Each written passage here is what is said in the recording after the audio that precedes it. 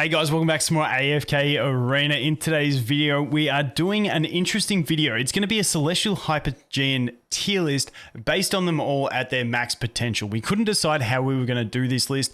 The core point of this video is not to look at it as a tier list as such, because obviously some Celestials and Hypogeans are like fantastic at Mythic. It's really hard to rank them in that sense, but I've got two guests on. We've got Linker and we've got Grub.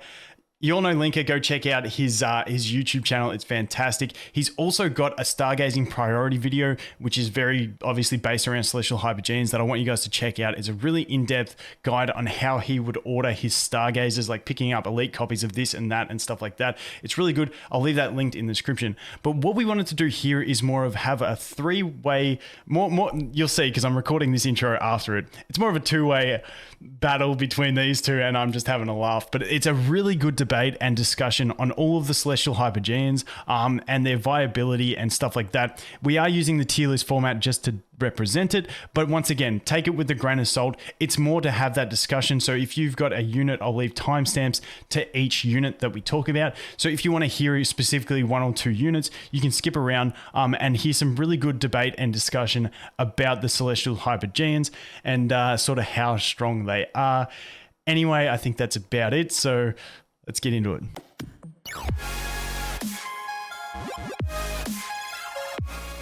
Thank you so much. Yeah, definitely nice to be here. Thank you also for Grub for joining, one of the content creators I also hold a lot for myself. One of the guys that definitely helps me realize what I do with these. Beautiful. And Grub? Hey guys, hello. I'm Grub, as you might have heard. Just ready and excited for this discussion session, you know? A big shout out to Grub because it's late for him. We sorted the time out, so we're gonna try and keep this a bit time sensitive so that he can get to bed. But kicking it off, we'll just go in the order that we have them, or do you want to do Celestials or Hypogeans first? I feel like Celestials. Let's do Hypogeans. Okay, Hypogeans, you win. Okay, we'll just kick it off with the order that we've got down here on the tier list maker. Let's start it off with Mortis. Where are we going to put him? I think the Twisted Realm viability is interesting. Outside of that, he's mostly used in Ainz comps. Rarely sees used in Gwyneth, which does fall out later. I would do him around somewhere in the center, low center. I would place him to C to D tier. What do you think about that, Grub? I think I would put him closer to C as well. I think his main issue is that he makes existing comps stronger. I don't see that he's as transformative as some of the heroes that you'll see later in the list. I think he adds a lot of viability to like core carry comps where like it's focused around one central hero. And like his other problem is he's kind of an alt Gambit. Like if he gets that alt off, then you have this incredibly powerful hero. But all he needs to do is survive to get the ult off. There isn't really the same virtue of increasing his ascension as there is of other heroes. Definitely. I think he's one of those ones that's good value just to have a copy of for boss battles. He's very prominent in the boss meta. But besides that, for like campaign, PvP, tower, all that stuff, he's sort of very average. So I think C's a fitting spot for him. Moving on from that, we have Lucretia. You go, Linker. Lucretia. S tier. Creates her own set. Only hero in the game that creates her own set by herself. 100%. Anything else to add to that, Grub? Yeah, just unquestionably. Makes existing teams stronger. Probably the single strongest team in the game with 5-pool Lucretia scaling into the late chapters. She's just an insane hero. Like gains value based on how like sparse your roster is and adds insane value for nearly everybody. Definitely. And the thing with her is you really do need her sort of maxed to start using. She's not one of those characters where you get to Mythic and then she'll start, carrying teams. You really want her pretty well maxed before she becomes fully functional. Do you guys agree? Mm-hmm. Yeah, agreed. Like even that furniture's huge, 9 furniture stopping ults and stuff like that. And then the 30 Sign Trident where you get that extra attack. I think it's like goes from 30 to 50%. It's just huge. Next up, we have Zul'Rath. For me, this is going to be a hot take because he goes very well with a hero that you all are going to bash me about. But Zul'Rath, I think, is one of those heroes that's very resistant to power creep because how unique his furniture interaction is. I want to put him towards the A tier because first he enables burst and he always has the backdraw of being able to stall out specific fights, which I think is very valuable both in PvP for the PvP sets that he enables and in campaign for the flexibility he brings to the table. I think it's an interesting take. For me, I have him in B tier. I think generally people conflate his value in PvP as value in the remainder of the game. a lot of the time the extra 3 seconds is not going to buy you a whole lot against the AI. You can use it for like 5 pull setup. I'm But generally, fine when you're with B. investing into a hero who's that expensive, then you really are looking for a hero that can dominate and transform your account to one of the pillars that you build late game around. And I just don't think Zulrah brings that same power. Definitely. I feel like I feel like he would actually get like a lot better if the furniture was his signature item, meaning he could get it at Mythic. I feel like a lot more people would use him if he got that ability at Mythic, but because it requires Ascended, it makes him a lot more difficult. I think he's definitely A tier in PvP, but for the rest, he's, drops down definitely lower, and I think B is a fitting spot for him. Now, the big guy, Mezoth, where are we putting him? Oh my goodness, that's gonna be a really hot take, but I think since the last buff and the current space in the meta, he's actually not that high up in the pack. He offers tankiness. He brings a lot of tankiness to the table. It brings a lot of ability to be used in certain sets. The issue I think with Mezoth is going to be the fact that most sets you need very specific heroes and mechanics to kind of max out. And when you're kind of jack of all trades, master non-tank kind of thing, you only are trying to cancel that one enemy, and you don't bring anything that makes you, I guess, unfair. If you're not completely unfair in a specific set or synergy, you don't cut it in the very end game. So I personally put him in 5th set kind of status, and very, very shaky in campaign. Not seen as much as the other ones. I want to put him in the D tier. D tier. I have him at like high B, low A. I think he's hurt a lot by like the mirroring vulnerability based tanks, but I think he has a lot of use that like just the ability, like people underestimate how tanky he is. His main issue is the fact his furniture is very snowbally, which generally speaking, if you get him to survive and your carry survives, you win anyway. You don't need the furniture. But the amount of survivability that he brings, that you can use this insane flexibility for like a Daemon set or any set that basically requires you to have a solid front line. I think he's definitely better than Zulrah. Ooh, there we go. Oh, definitely better than Zulrah. That's hard for me to take. What sets do you think he fits on very end game? What do you think is a Celis hypo that somebody would pick Mezoth over, except Orthos that I know I want to trash, and like Wukong? Remember the changes to him in that he scales of how much damage the enemies do now. So you have this hero that has this inherent scaling based on his own stats and then how much damage the enemies deal. Bearing in mind that is way less susceptible to power creep than a hero like Zulrah is. I think there's a lot of heroes that can do what Zulrah does, but there's not a lot that can match the sheer tankiness of Mezoth. What do you think about some alternative like Talene, Scrag, Rowan, anything to that effect? None of them, they're just not as tanky as Mezoth. The only ones that can compete are on sheer immunity basis. Mezoth is so insanely tanky. This is a good debate. The one because I'm not even gonna get in between you two. The one thing I wanted to mention about him is if you do pull him early game as an elite copy, probably up until chapter 22, you can actually get viability out of him in campaign as well. He's that tanky in early game. That's about my extent. I haven't tested him end game or anything like that. So where are we gonna slap this guy? Let's do C tier in the middle. I think he's hard B. All right, we're going to let you guys have it out. I'm going to hold him, feather him in the middle and see where he drops. Oh, I can see it though. Damn it. Let's put him here. Let's put him as a high C, low B. Okay, because Linka got so pumped about it, we're putting him in B. Okay. No, Okay. Now, Mahira. Mahira, what are we doing with Mahira? Linka, you go. Actually, Grub, you get the first say on this one. Fine. Mahira is a very difficult hero to rank because obviously a lot of her use is usually pretty dependent on the god comp or what was previously believed to be the strongest team in the game. I generally would place her more towards the sort of low end of A, top end of B. Like I'm not particularly the biggest fan of Mahira as a hero. I think generally her main issue is the fact that she doesn't scale a whole lot between Mythic and Ascended. It's an interesting power curve in terms of investments. You can build this very powerful hero with very little investment comparatively to some of the others. Equally, I don't feel that she offers as much with the raw CC coming out of heroes like Pippa and Odin, who can also output the same for a much lower rate of investment. So like high B, low A. Linka? Sadly, mostly agrees. Falls off in late end game because the traditional god comp is kind of fading out. Cassie replacing her more often than she used to, and Ain's god comp catching a good solid amount of the variance. I think she's good around even B as set as it is. I can even do A, whatever Grub says on that one.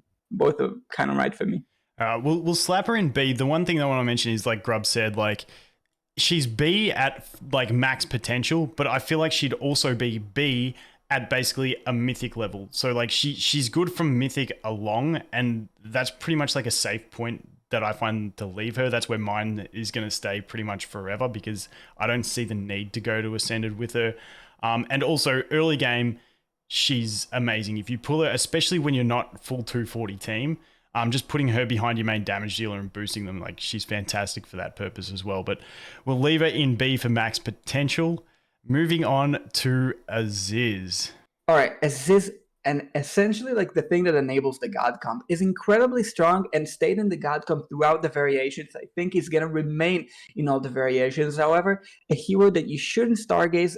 Ultimately, you want to get him through coins. If you are very close, maybe you can do like one copy because he's just that incredible. But overall, I'd avoid stargazing him. I would put him between S and A. I would even push as far as S because he enables the God Comp on his own. Grub? I think for me, he's lowest. And like, it sounds odd, but the reason I think he's lowest to me is even if he dies, he still provides an insane amount of value with the energy gain passive. And like, he's this incredibly flexible option. You can even use him with irons or like heroes that are based on ulting very quickly. So he has more residual value than just the God Comp, and the recent changes to his furniture make him a much more viable hero for a lot more players. I definitely think S tier as well. I just like the way, like, and obviously campaign not letting your enemies ult in the God Comp's huge, but like countering different teams in PvP as well. He's got that distinct viability just through his passive and the energy generation. On top of that, his own energy generation plus, you know, you put a second hypo in with him, you get more energy. I just think he deserves. I just want to place him in S. Like Linker said though, I wouldn't stargaze for him. However, because I've had this conversation with some people before where they're like, yeah, but if you have Twins and Talene Ascended, why wouldn't you stargaze him? For me personally, I still, even if I had those two Ascended for God Comp and a Mihira Mythic, I wouldn't stargaze for the Aziz. I just see it as overall bad value. Do you guys agree? As in, like, if you gaze for like 10 copies of him, I just feel like it's putting you on the back foot because you could have another set built. I think it's better just to wait. Thoughts? I think it depends on what you have specifically. If you get both Mihira furniture, you're able to have her regenerate her own energy to a certain point and have him ascended, so he's able to benefit the stats. Also get his own furniture, which enables him to pull two enemies at once. The level of control you have allows you to face up the God Comp into much stronger enemies. On the same time, you're taking kind of a bet here because, as you say, Vulcan, you're losing on another set that you could possibly build with those resources. So I think it's pretty close, and you got to know what you're doing if you're gazing that guy, but it could possibly, fringe cases, be actually the right way to go. Yeah, sweet. All right, moving on. Now, Grub, I want to get you first on this guy. Khazard. I'm like, I got real pumped when I talked to Grub about Khazard, so let's hear it. What do you think of Khazard at the moment? This, for me, is the most difficult hero to rank in this tier list because he's this incredibly stupidly powerful mage that scales other heroes. It's a very strange design, but for me, I think he's low S tier because the ability to scale. This is not a troll. The 60% extra scaling on debuffs is contingent entirely upon other heroes. So if you build this hero, you have an investment that basically any hero that applies control, if you have two of them, you can pretty much chain CC the entire enemy team. Like, this team pushes 180 deficits quite easily, and it will do it at Mythic. It doesn't even need Khazard's damage. It's an incredibly efficient team. Like, Pippa and Odin don't need very much investment either. So you are looking at an incredibly efficient investment for a low spender. I really would put him towards the high end of A tier, low end of S, leaning more towards the S tier. Can you just state the team you're talking about so people know? Mm-hmm. Well, the whole idea of Khazard is you pair him with two heroes that have CC that isn't contingent on the ult. So you'll see like people suggest using Tati, but Tati's issue is, yes, she has the banish, but she needs the ult. Whereas if you pair it with Pippa and if you pair it with Odin and these other heroes that are very CC heavy, then the ability to scale that CC means essentially the enemy team are just stunned into a combination. It works with so many different heroes. It works with Zaf, it works with Gorvo. If you look at any hero that has any kind of reliable CC, it works with that. And I think that flexibility inherent with so many heroes makes him S tier for me. Linker, go. One quick thing before, Grub, what enemy in campaign do you think Khazard matches the best into? What kind of enemy? anything that doesn't dive him. All right. I think hands down, very fragile hero, very strong kid, as Grub says. Signature item, very unique application. I think Esther is a hot take because virtually anything proves him. While we see, if you take it to the logical extent, like if you extend it to the very end, you see in chapter 39, he does find great usage by those players, by the Korean and Chinese players. I think that set is not as consistent as others, and I find it pretty hard to justify pushing him beyond a certain point because he is not a huge damage dealer by default. His scaling is not the broken part, not the damage, it's going to be the abilities. So for me, it's going to be a B tier hero. All right, I'm I'm going going to Uno reverse card you here. Yep, go. Didn't you say the other day that using Khazad in a Gwyneth set is also a really good idea? Perhaps you're looking Yeah, at that him falls with more off late. flexibility than just necessarily in that one composition. I think he's Falls off also late in endgame data. as you get more and more heroes, he's just one of these heroes that is never going to fall off. I'm telling you now, he's such a good investment. Can Agree I to disagree? Can I just say something right now? We got to do more of these videos. I love debate. This is awesome fun. I'm gonna slap him in A to split the difference on you two. I love Khazad in general, like just as a personal preference. I think he's always been one of my favorites in the game. But I haven't tested him enough in the teams that Grub's talking about, so I'm definitely gonna probably jump on Kiasma and test that a bit more because I'm absolutely pumped for it. I really want him to do well. He is incredibly squishy though, but. For now, we're going to leave him in A tier to split the difference on Grub and Linker. Let us know what you guys think in the comments on Khazad. Okay, next up, Ulna. Where's she going? Grub, you go first again. S. Easy, yes. By far the best 9 in the game. It's not even remotely close. You have an immensely powerful immunity that you can apply to any hero instantly.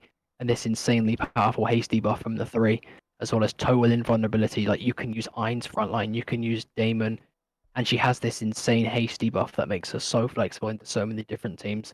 She's unlikely to get power creep for such a significant amount of time that she's just going to be useful for you nearly permanently. Linker? Definitely, yeah. What do you think about the new guy in that relation, Grub? Elward, that just got introduced. I think they can work together though.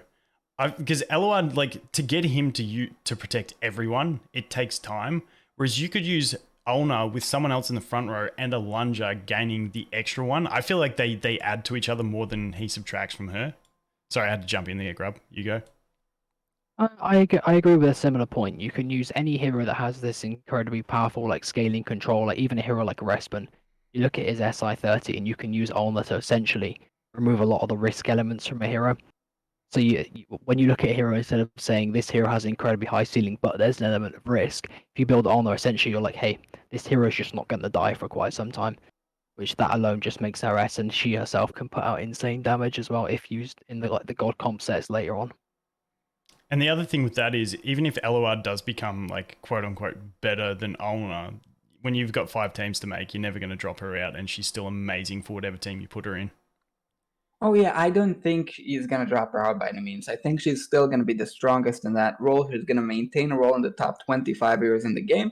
I'm just thinking we're seeing more and more immunity heroes kind of pop out. If in the past it used to be just Brutus, now we see Salus, and then we see the new guy. And I think slowly, ever so slowly, they slightly chips tiny bits and pieces of where she'd go in second sets.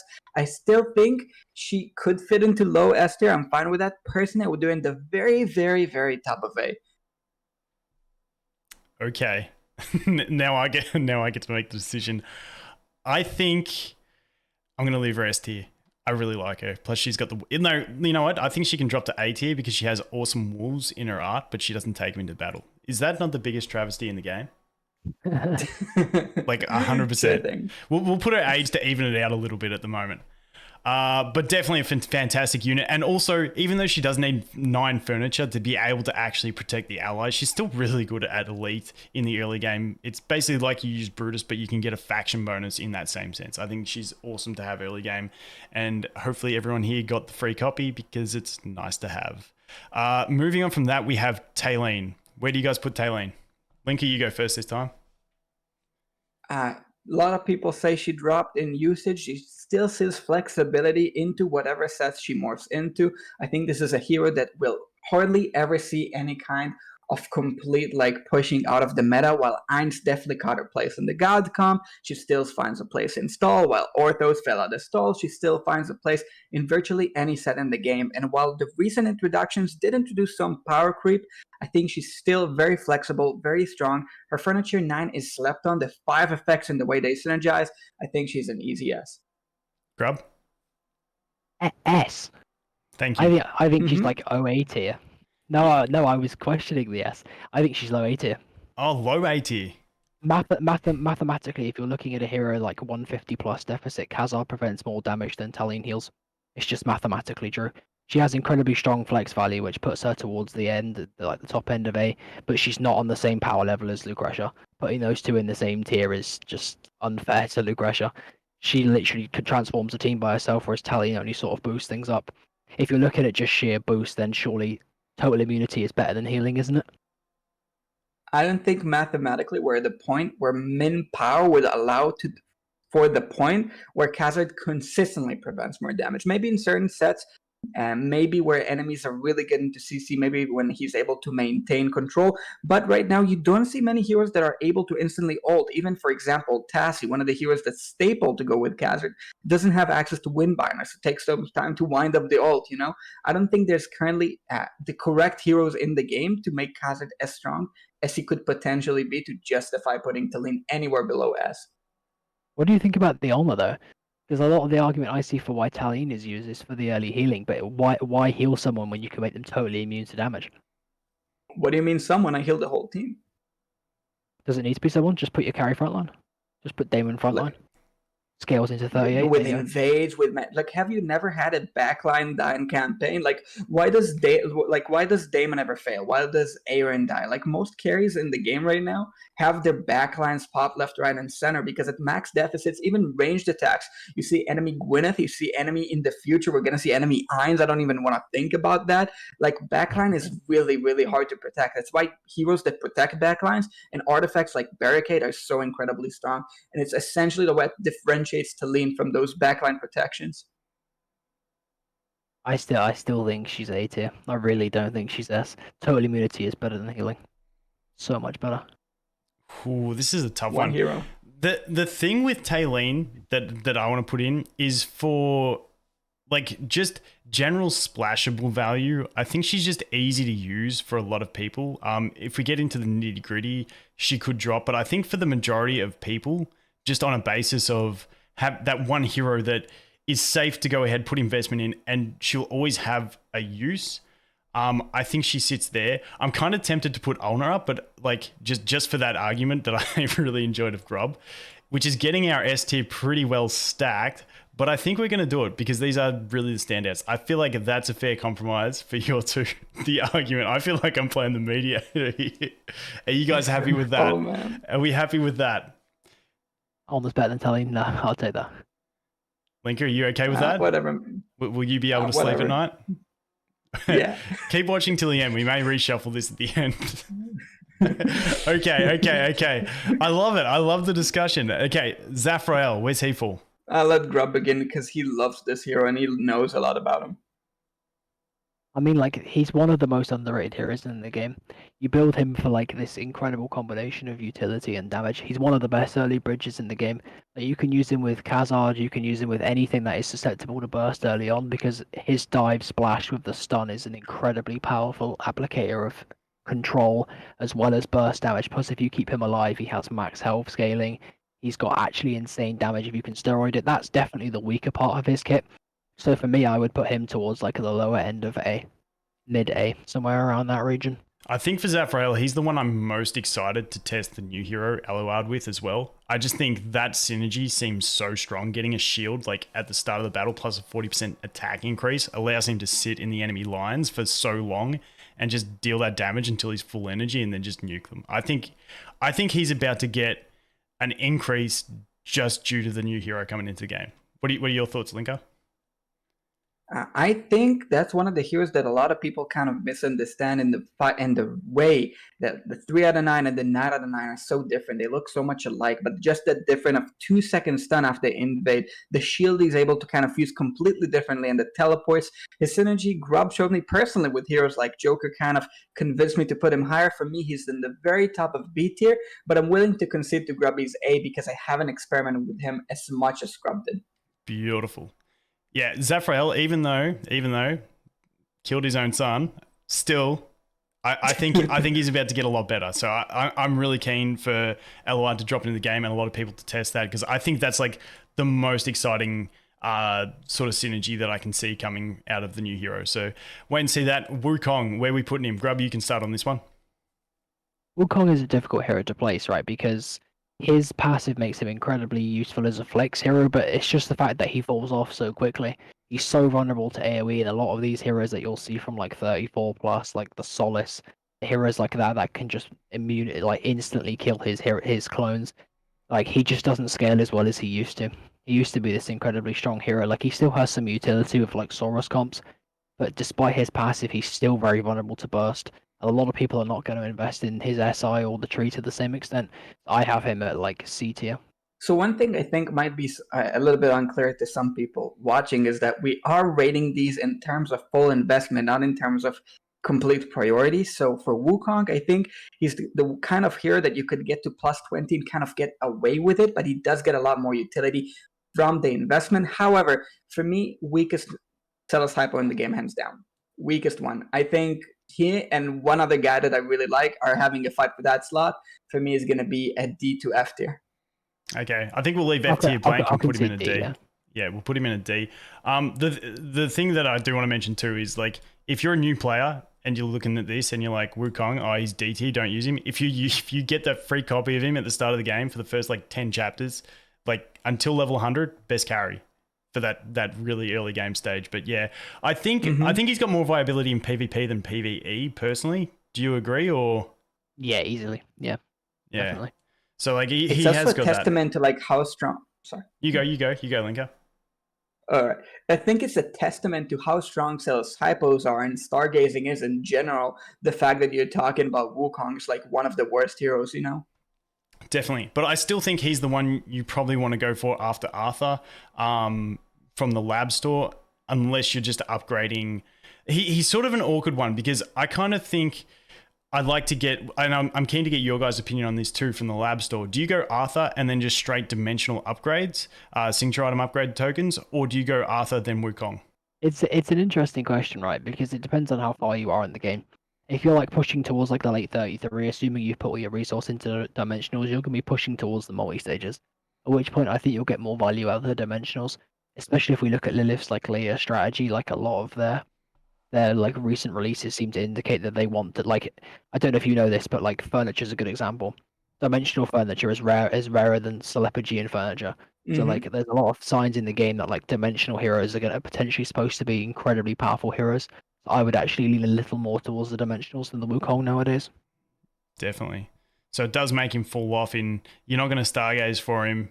You're not going to get him from the shop. You're just going to keep getting him from those chests and eventually build him and have some use out of him. So I think D's a safe place to put him.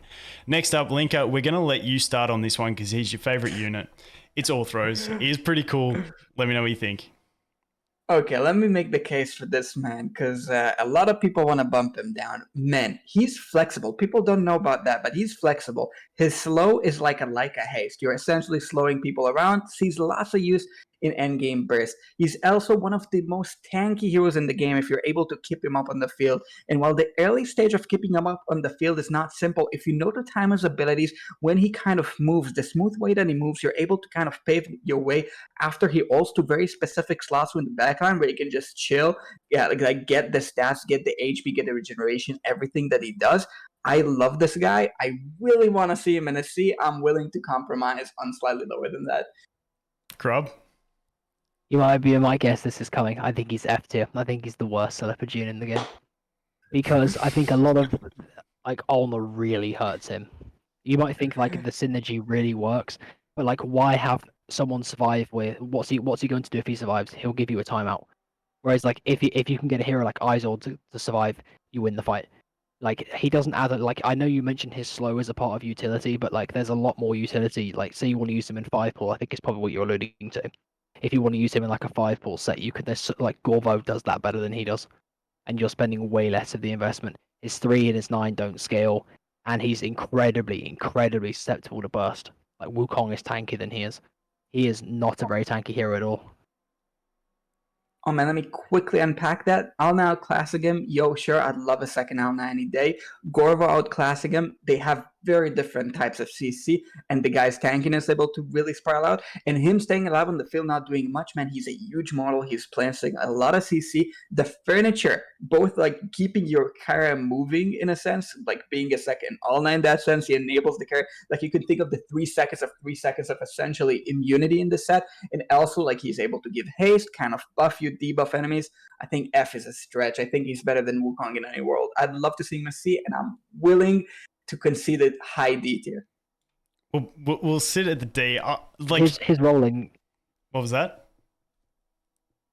You go, Grub. His rolling control is like outpaced by like SI5 Gorvo.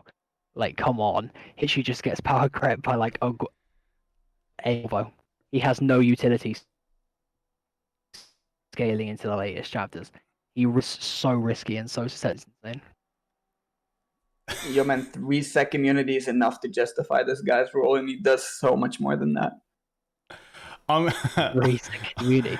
You said immunity, but you're lower. And she's way better than that. I love the debate. I love the debate. This is good. I'm just gonna we're gonna slap him in D. Just get this over with. Because I feel like D is fair for him. When we just spoke about Wukong, I still see like Orthros. Like, are you guys speaking purely PvE? Because in PvP, he's still like an issue for me in some comps. Do you guys think he's more viable PvP than PvE these days? I think he's one of those very rare heroes that can do both in a very similar manner. PvP, the only reason he has to exist in very high, like Elsie, is the fact that you now have multiple sets. So stall and tanky comps are seeing a return kind of in the 5th comp, which I think like being a viable 5th comp selection is good enough to qualify you for the D tier at the very least. And in PvE, I think his ability to be flexible, if you know how to use him both in burst and stall, is enough to kind of put him in a balanced position where he's able to do both. All right. I think he's garbage in PvE. Like, absolute garbage. He's good in PvP, but man, he's bad in PvE. Like, you won't see him at all past like chapter 36. I've heard people who have got plus. Dude, endgame stats say otherwise, though. We have endgame replays. That's just wrong. Okay, I'm gonna cancel this because Grub needs to go to bed, and the video is gonna be like 50 minutes long. We'll just slap him in D. These guys will continue their conversation later. Anyway, Orthros, probably not one of your top priorities for stargazing, just so you know. Also, something I've noted is in very early game, like pre-full 240, you can slap him like even in a back row at elite, and sometimes the blocking energy recovery can be actually useful in the early game in some fights as well, for things like Lucius stopping him from getting the shield and stuff like that in campaign. But besides that, I haven't got too much experience with him, so I'll let these two punch on for that later on. Moving on to Flora. I can't remember who did first last time. Grub, you take it away. And Flora's a difficult hero to rank because like she's so reliant on the tankiness of other heroes. And generally speaking, like if you're using a hero that relies on the tankiness of other heroes, just use Daemon. Like Daemon just scales way better than Flora does. I'm not saying she's necessarily a bad hero. Like she has a lot of use. Like if you're a bit of a maverick and you use her in like the 5 pull sets or like in some other sets purely for the debuffs, I think she's like middle C tier, somewhere around that region. She has the potential to scale, but it's just very difficult to enable her in the same ways as other carries. Linker? Flexible in exactly 3 comps. You see her in Thorn, you see her in Stall, and you see her in Burst in very specific situations. I think this is also a pretty easy C middle tier. It's not necessary in any of those comps, but brings a lot of the table. One mention, she's very cheap in arena coins, so definitely get them through those, and do not stargaze for Flora. The one thing I wanted to expand on, we're about to get into Athalia. Obviously, I think we can all agree Aziz first in the Challenger store. Who's second? Do we go Flora or do we go Athalia? I'm personally of the opinion on Flora because she's cheaper. It's quicker to get another unit to a value rating. But would you guys go her or Athalia after Aziz? Linka, go. I'd do Flora. Grub? I wouldn't. I would do Athalia because Athalia fills a niche. She's an actual invade hero, whereas I don't feel like Flora fills a niche in the same way. Obviously, you have other invade heroes, like you have Sicilian heroes like that. But when you come up against like a frightening hero on the enemy team, that you have to use Athalia. You just have to. Good call. All right. Aaron? So split. Hey, we're not getting into a huge debate on this. That was just a light-hearted question to throw in there. So when you go into the challenger store, Aziz first, you make your choice on the second. All right, moving on from that. Athalia, where are we slapping her? Whose turn is it? Linka, you go first. All right, for me, Athalia is very, very strong in her ability to counter hero. We just talked about her. I don't think she's like 1.5 times strong as Flora, but I want to backtrack onto that. I think she's very, very powerful in her way to kind of stop. I think her scalings do fall off. I think with the recent signature item buff, and I think with her ability to counter heal, as well as sometimes even scale enough to side carry, I think she's top of C, bottom of B tier. Grub? That's exactly what I have her too. Like, as a bit of a side note, like her change to her furniture, it's counted as an additional skill, and obviously on the hits from her ult and that like slash thing she does across the screen, the way I use eye on her rather than blade, but like she's definitely like low B, high C. Her scaling just doesn't apply in the same extent. She doesn't really have like percentage based scaling. It's just based on raw numbers, so she's probably like low B, high C. All right, we'll slap her in. We'll put her On in the C. C? Let's do C then. Let's Yeah. put her on this side of Flora just so she's a little bit better than Flora. so you guys don't have a debate again. Okay. Wukong isn't better than Arthos. Yes. Okay, so okay, the final one. I don't think we missed any units. Twins, what are we doing? Grab, kick it off. Twins have to be S. Like one of the only reliable sources of CC immunity in the game.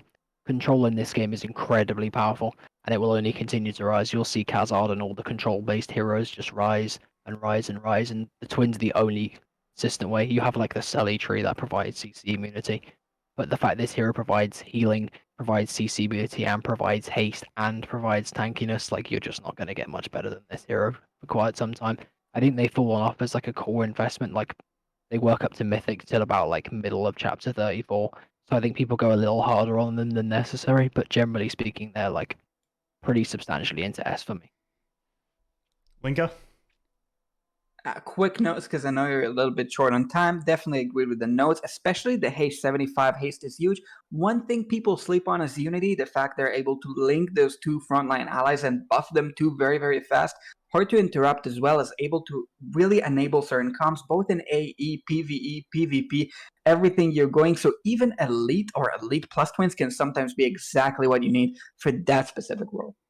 Definitely. This is a spicy take, but Sure. like you can use Ulna with Blade as well, and then the scaling from Blade combined with the Twins Unity Link, if you really want to combine them into teams, can actually really scale and carry more than people realize. Nice. Actually, a really interesting use of Unity. I think the thing with the Twins that, like Grub said, like I feel like the link and the haste are the two key things that a lot of people I see mention and think about. I think the immunity side is something that people sleep on a little bit as well. Like that immunity from using their ult is like Grub said, it is huge. Like and they've just got such a good kit. Like I can't see them being bad. When you say, Grub, that Mythic is fine, I struggle with Twins at Mythic personally.